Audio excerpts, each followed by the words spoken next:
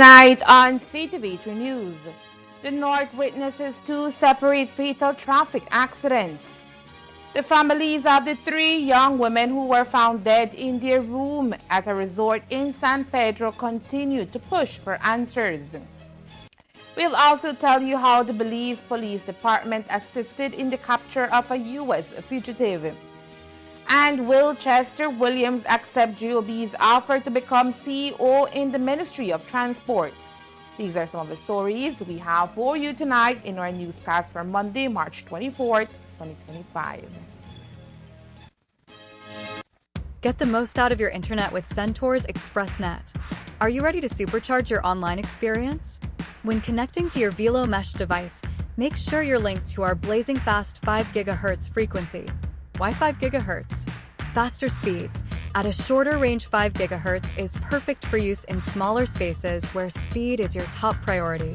As for the 2.4 GHz, while connection may travel farther, it can lead to slower performance. Remember, choose 5 GHz for your devices and experience the difference instantly. ExpressNet, bringing you the best speeds for the ultimate online experience. For more information, contact us at 380-0101.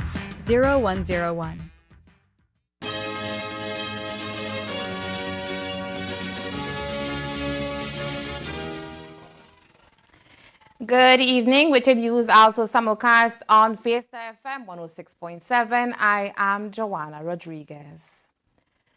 Two young men lost their lives over the weekend in separate traffic incidences here in the north.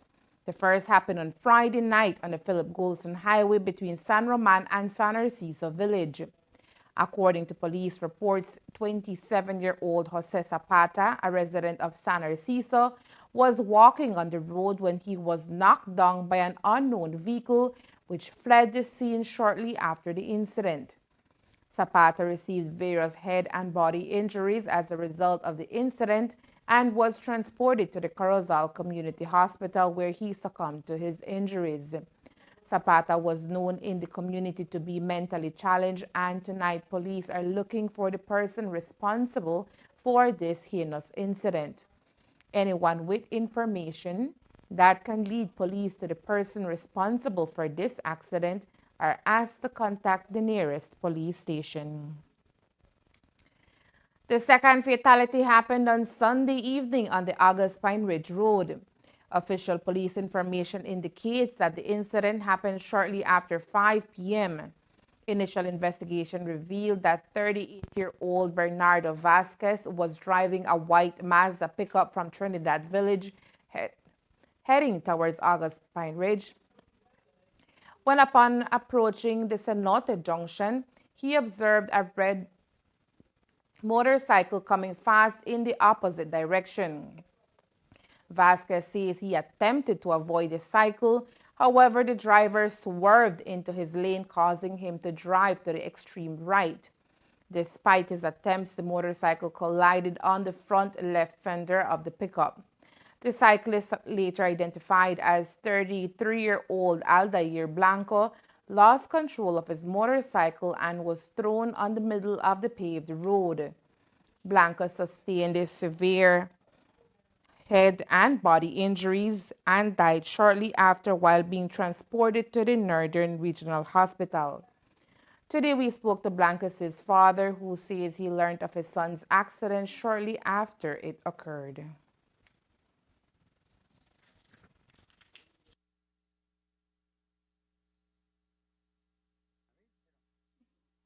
Y andaba con moto, como les digo, yo no sé de dónde salió esa moto, porque él no tiene moto. Y eso es todo lo que yo sé por ahorita. Porque yo no tuve ni tiempo de hablar con él, porque el señor ahí estaba el que lo atropelló, pero no tuve tiempo porque mi hijo estaba botado, ¿verdad? Entonces yo tuve que levantar para traerlo. Entonces acá en medio de Yocuica a San Lázaro encontramos ambulancia y se pasó la ambulancia. Ajá, eso es lo que le puedo decir por ahorita, porque hasta ahorita no he hablado con el policía, no me ha dicho nada. Solo estoy esperando. Sí. No, la moto no era de él. No, él no tiene moto. Él no tiene nada de moto. Él tiene licencia donde maneja un vehículo que me tiene dado mi jefe, porque él nos lleva a trabajar en Progreso. todos los días. Para eso él tenía la licencia. Porque él se fue, él salió como les digo, como a las 10:30 para allá, salió caminando porque dejó su bicicleta y salió y todo, dijo que aquí va a estar en la aldea, cuando me avisaron del accidente. Es todo lo que puedo decir por ahorita. Aldair, according to his father, did not own a motorcycle, and so he believes the one he was driving at the time of the accident was borrowed from an acquaintance as he was trying to reach home after socializing at the Blue Creek Dam. Antes andaba así, pero como casi ya no salía, andaba con motor. Casi antes sí, pero yo le decía, consigue licencia porque está peligroso como anda sin licencia. Y él consiguió licencia porque yo necesitaba un chofer para mi trabajo. Y como él trabajaba juntos conmigo, entonces se consiguió su licencia. Pero él nunca ha tenido motor de que es de él, nada. La cosa es que él salió y yo no sé de qué motor es. Y como no he tenido tiempo para andar preguntando por lo que está, tengo que estar dando vueltas para poder a ver si me entregan el cuerpo y en eso estoy. Sí. Y pues última... Lo único que sí, yo no lo niego, él le gustaba tomar día sábado y domingo. Pero ese día cuando él salió no estaba tomando. Pero según dicen que cuando venía estaba borracho, pero como les digo, yo no sé, porque según se rumora que estaba en el pal. Pero eso yo no lo puedo decir si es cierto o no, pero según ahí estaba. De allá venía con la moto. Okay. So estaba regresando a casa. A casa, sí, ahí iba a llegar. Aldair, according to his family, was a very hard-working individual and a dedicated son. Como les digo, era un muchacho con ganas de trabajar. Era mi mano derecha, porque como ya estaba hace 3 años, casi 3 años, porque este 2 de abril cumple 3 años que murió su hermanito, siempre en un accidente de tránsito, misma área que pasó, y él era bien tranquilo en la casa, se le gustaba el trabajo de albañil, ya era maestro albañil, y eso es lo que puedo decir, era bueno. Único. Of note is that this is the second of the Blanco brothers to lose their life in similar road traffic accident on the August Pine Ridge Road. Aldair's younger brother also lost his life in a similar incident in April of 2022. The families of the 3 young women whose tragic deaths were discovered at the Royal Cal Beach Resort in San Pedro on February 22nd have issued a heartfelt statement continuing their calls for a thorough investigation into the circumstances surrounding Qatar Naquad, Iman Mala, and Wafé El Arar's untimely passing. In their statement, the families expressed their ongoing grief, noting, "It has been 1 month since we lost our beloved Qatar, Iman, and Wafé. Our hearts are forever shattered by this devastating loss." The families are anxiously awaiting the findings from the initial investigations taking place in both Belize and Massachusetts. They emphasize the need for transparency, stating, "We speak today because we want the public and authorities, particularly those in Belize, to understand this. Qatar, Iman, and Wafé are deserving of your utmost efforts.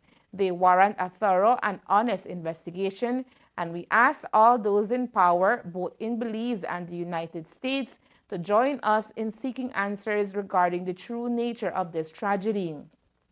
The family firmly believed that the circumstances of the women's death are suspicious. "We maintain our belief that the incidents surrounding Wafé, Iman, and Qatar are suspicious.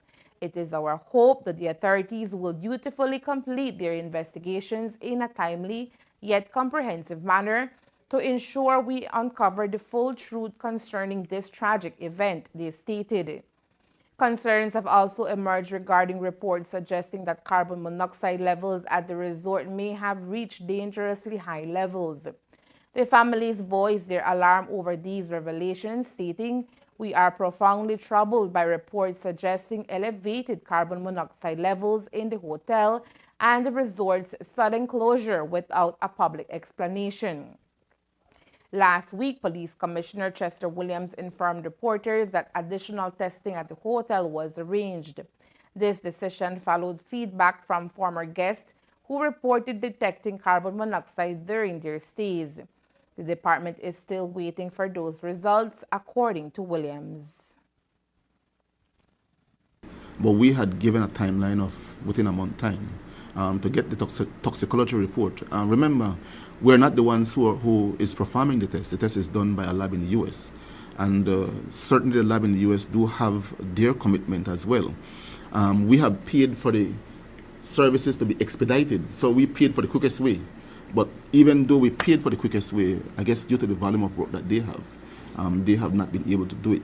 I am sure that once the result is received, Mr. Shaw will be more than happy to share that with us and also with you, the media, so that we have a clear and definitive cause of death as it relates to those 3 women.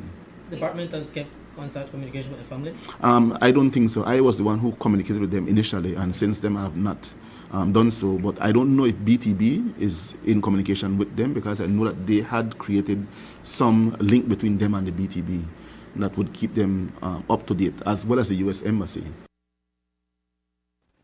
Earlier in late February, Colin Gillett, chief of the Belize National Fire Service, told U.S. media that 2 separate tests for carbon monoxide had yielded no evidence of the gas.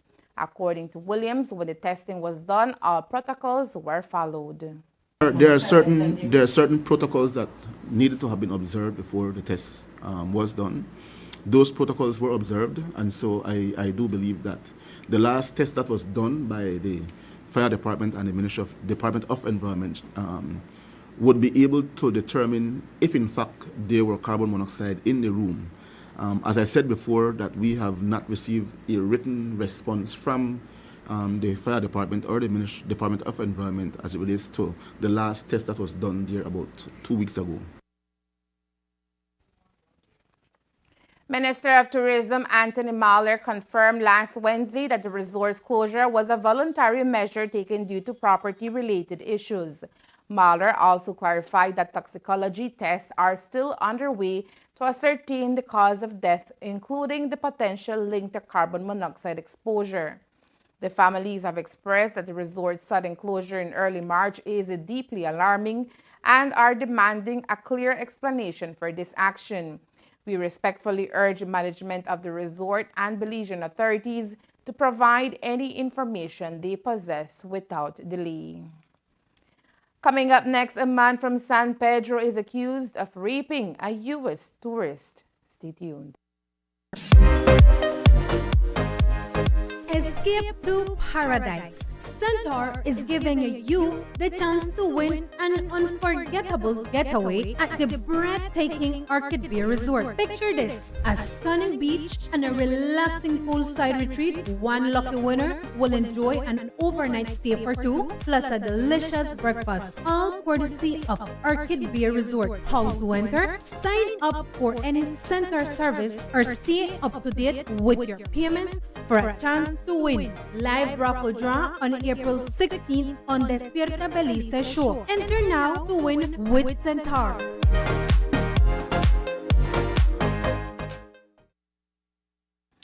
A man from San Pedro has been arrested and charged with rape following a disturbing incident involving a U.S. tourist. The suspect, identified as 35-year-old Oscar Noenal, reportedly met the woman at Wayo's Bar and Grill on Thursday night, March 28th, while she was on vacation with her brother. According to reports, after socializing at the bar, the woman and her brother returned to her hotel around 3 a.m. on March 21st. Following this, the woman accepted a ride from Nal, who drove her to a nearby gazebo where she was allegedly assaulted. Today, Commissioner of Police Chester Williams spoke about the case. Police have since investigated that matter, and one individual was charged for the crime of rape against a tourist, and he's expected to appear in court sometime today. Is this, these are interpersonal encounters, and there's very little you can do. But are police looking closely at this case, because the 2 persons were hanging out for a long period of time, and she said in the report that her brother had gone inside, and then she continued circling with this individual. Is it clear at what point or under what circumstances he crossed the line of consent with this tourist? Well, we do know that we have tourists and who comes to our country, and many of them tend to feel so comfortable and so relaxed with us Belizeans, because again we are a very friendly people, and our friendliness is captured by these tourists, and so that they trust us. And it's a situation where the tourist might have placed her trust in this individual, and he took advantage of her. If a woman says no, then it is no, and a man must respect that. I was not there with them, but I don't see no reason why the tourist would lie about him. Certainly, he did something she did not consent to, and so she reported to the police, and we took the necessary action that we should be taking. And it is going to be a matter later for the judge and jury to decide his guilt or innocence. And The implications of the US's policy are profound, as many Caribbean nations rely heavily on the expertise of Cuban medical professionals. Traditional concerns. The victim promptly reported the incident to police on March 22nd. A medical examination confirmed her injuries, leading law enforcement to take immediate action. Authorities reviewed surveillance footage from the bar that aided in identifying Nal as the suspect, who was arrested on March 23rd and formally charged with rape. Nal is a laborer residing in the nearby community of San Mateo and is currently in police custody awaiting further legal proceedings. In a significant international law enforcement operation, U.S. Marshals have successfully apprehended Gregory Roth, a 67-year-old fugitive from San Antonio, Texas, wanted on multiple charges related to child pornography. Roth's arrest, announced by the U.S. Marshal Service, culminated from a meticulous investigation involving various agencies, including the Lone Star Fugitive Task Force, the U.S. Department of State's Diplomatic Security Service, and Belizean law enforcement officials. Roth was initially taken into custody in November 2022, but was indicted on 11 charges of possession of child pornography in 2023. After failing to appear for his scheduled sentencing in December 2024, a bench warrant was issued for his arrest. A subsequent search for Roth revealed that he had fled the United States in a rented motorhome. In January 2025, the Texas Attorney General's office appealed for assistance from the LSFTF to locate Roth. Utilizing advanced surveillance techniques, authorities traced him to Placencia, Belize, where he was apprehended without incident, thanks to the cooperative effort among international agencies. The police in Placencia, in conjunction with some of our specialized units, worked to be able to locate and secure the detention of a fugitive who was wanted in the U.S. He is in police custody, I believe, and should be taken out of the country very shortly, if not yet taken out. Again, we worked with our U.S. counterparts, as we do with other countries, to be able to help them to secure persons who may be hiding in Belize that are wanted by the different police organizations across the world.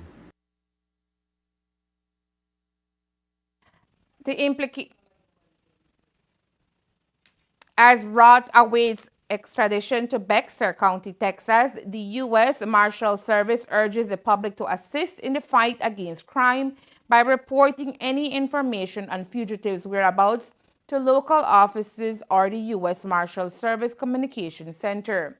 The LSFTF, which played a pivotal role in the operation, includes members from the Bexar County Sheriff's Office, Texas Department of Public Safety, and other law enforcement agencies. In a controversial move, the United States recently announced its intention to cancel the visas of public officials and their families across the hemisphere who engage with Cuban doctors and their medical brigades. The U.S. government has labeled these medical arrangements as a forced labor, a statement that has provoked significant backlash and concern in the Caribbean and beyond. This decision could have far-reaching implications for Caribbean community CARICOM nations, where Cuban medical personnel have played an essential role in providing healthcare services. Prime Minister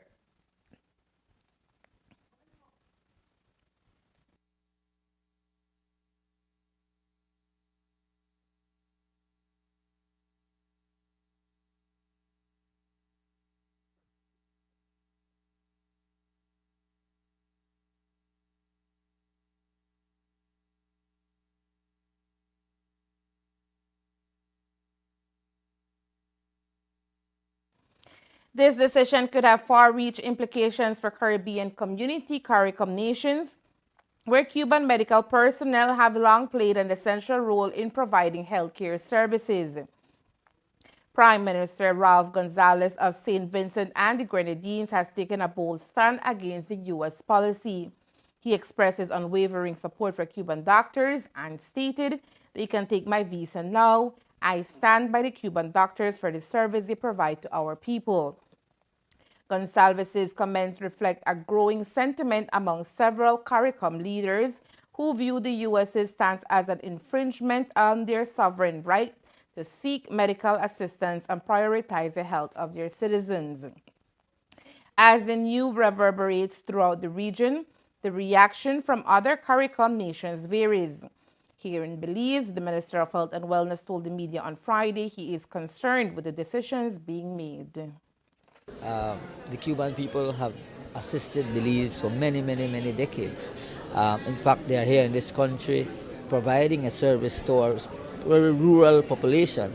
And we don't own the rights to whether or not the U.S.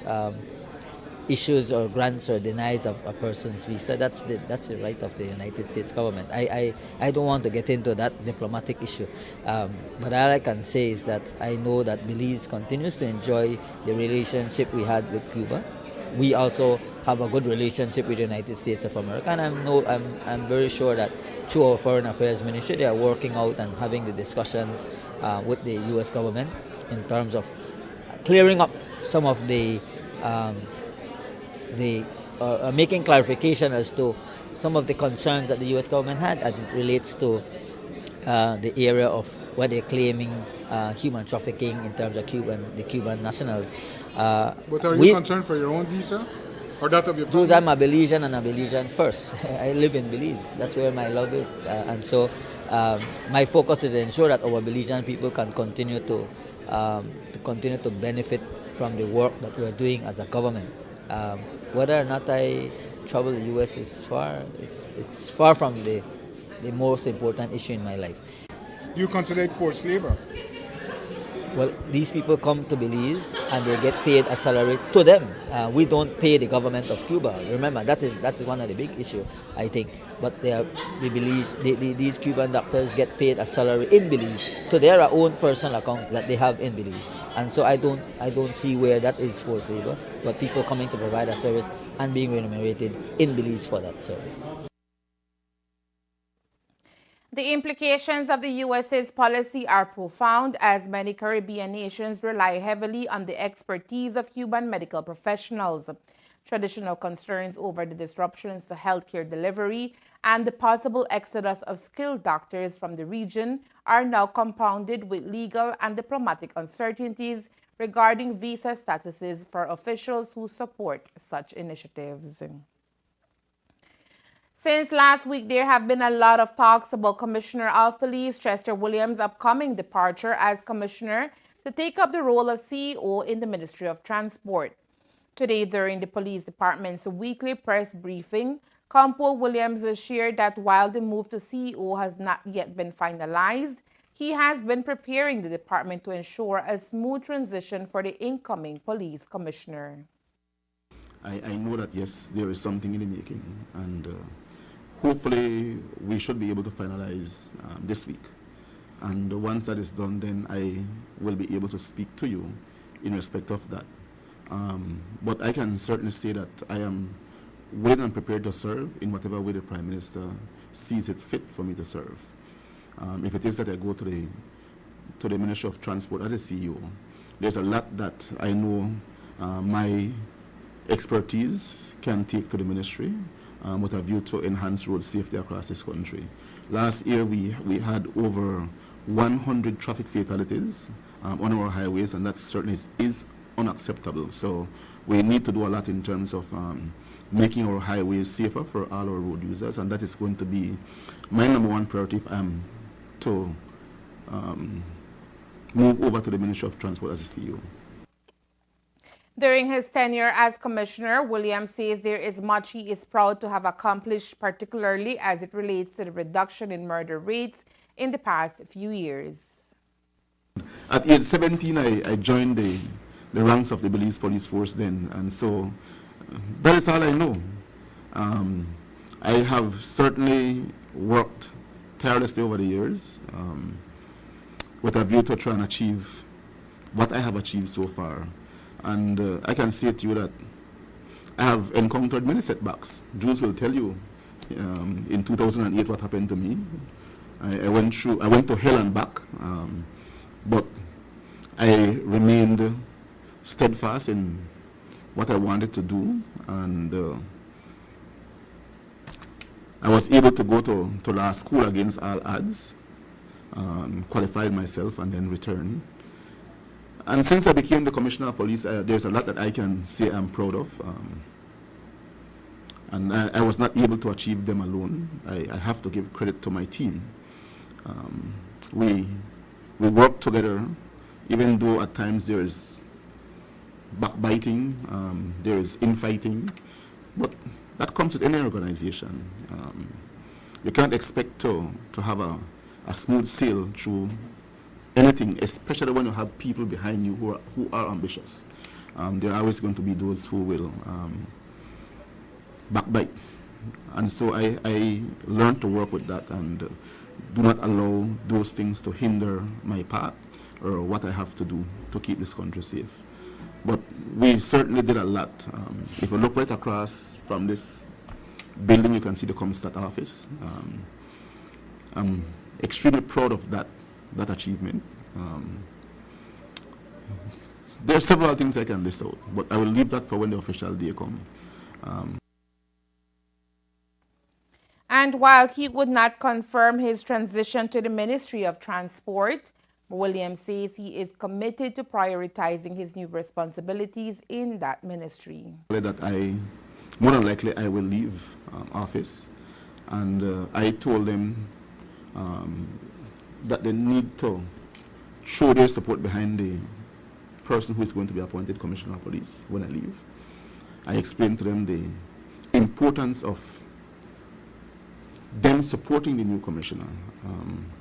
We are a disciplinary organization, and if you have something personal against the person who is going to be appointed, you need to put that aside and focus on your professional responsibility, which is to work with the commissioner in making this country safe. The person who is going to be appointed, I believe that he is capable. He should be able to continue from where I am leaving off in enhancing the effectiveness of the police department and making this country safe. So they are pledged that they will support the person, and I do hope that they do as they say. And I also said to them that the practice of them calling and briefing the media when conference is over, that I hope that comes to an end. Confidentiality is extremely essential, especially at our level. We cannot, if at the top of the department we cannot keep certain things confidential, then what do we expect of those persons below us? So I also told them that the undermining must also stop. Whoever is going to be the new commissioner, they cannot undermine him. They must work together because they have one common objective, which is to make this country safe. So it is expected that Deputy Commissioner of Police Dr. Richard Rosado will be appointed as the next Commissioner of Police. And there is more news after the break. Stay tuned. Escape to paradise. Centaur is giving you the chance to win an unforgettable getaway at the breathtaking Orchid Bay Resort. Picture this: a stunning beach and a relaxing poolside retreat. One lucky winner will enjoy an overnight stay for two, plus a delicious breakfast, all courtesy of Orchid Bay Resort. How to enter? Sign up for any Centaur service or stay up to date with your payments for a chance to win. Live raffle draw on April 16th on Despierta Belize show. Enter now to win with Centaur.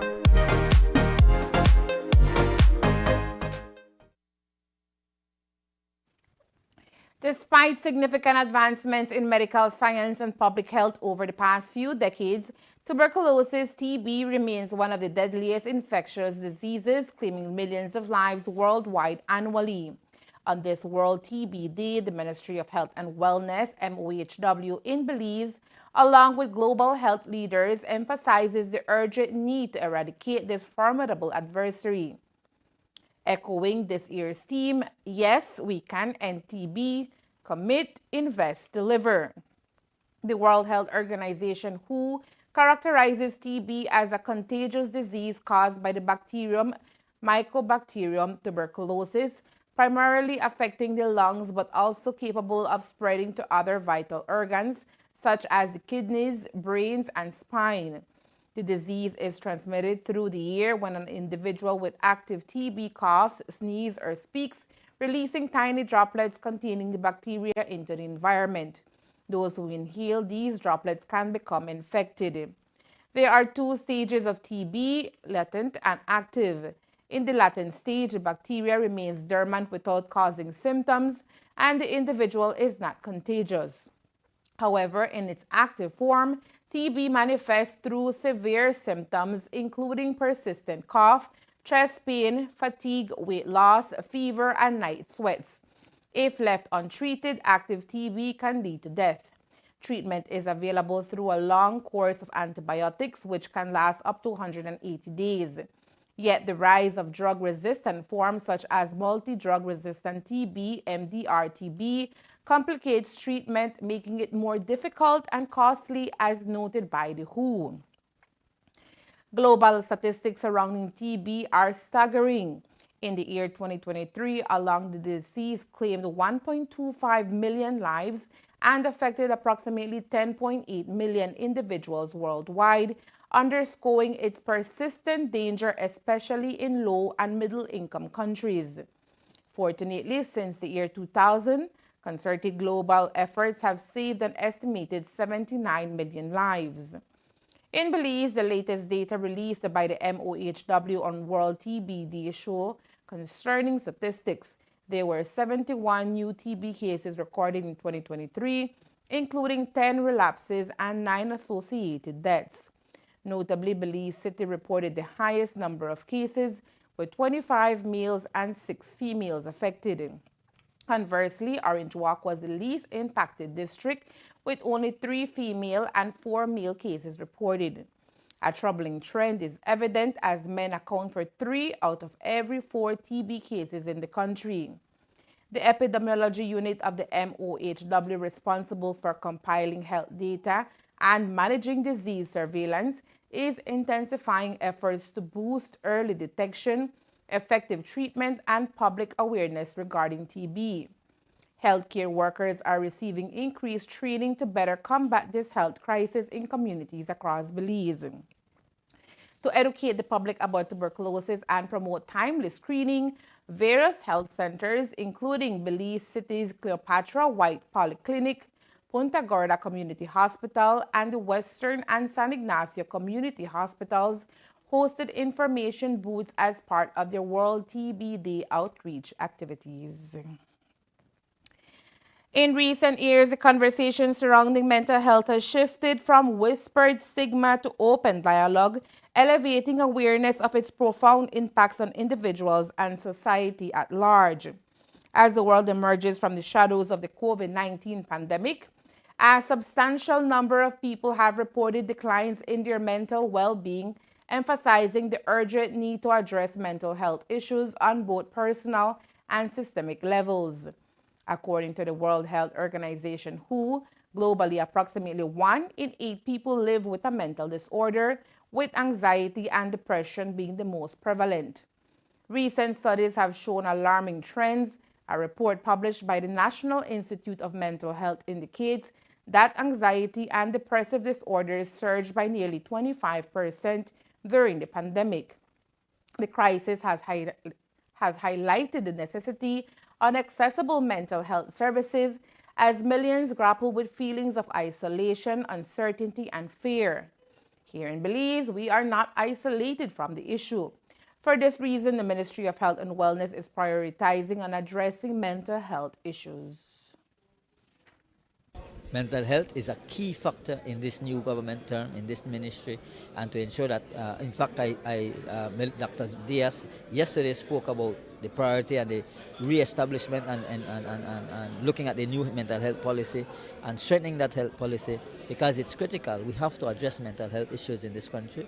There are several things that we are working on in terms of not just to focus on the institutionalization, but to look at the programs and activities that we are able to, we need to do.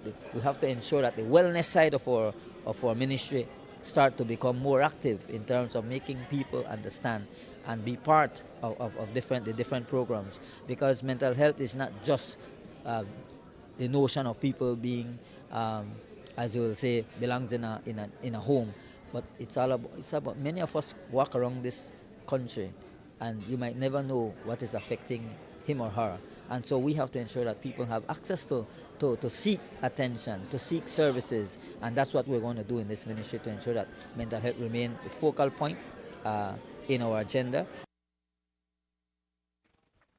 Mental health issues not only affect individuals but also have far-reaching consequences for families and communities.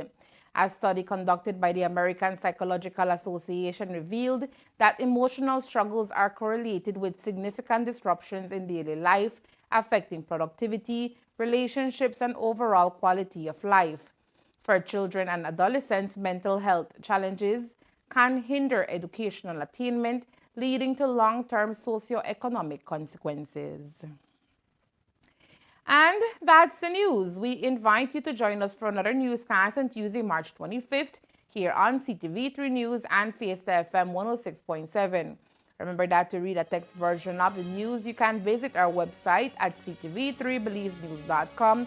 You can also log on to our Facebook page for current stories at facebook.com/ctv3belizenews or our YouTube channel at Ctv3 News BZ. From all of us here at Ctv3 News, thank you for watching and listening. Good night.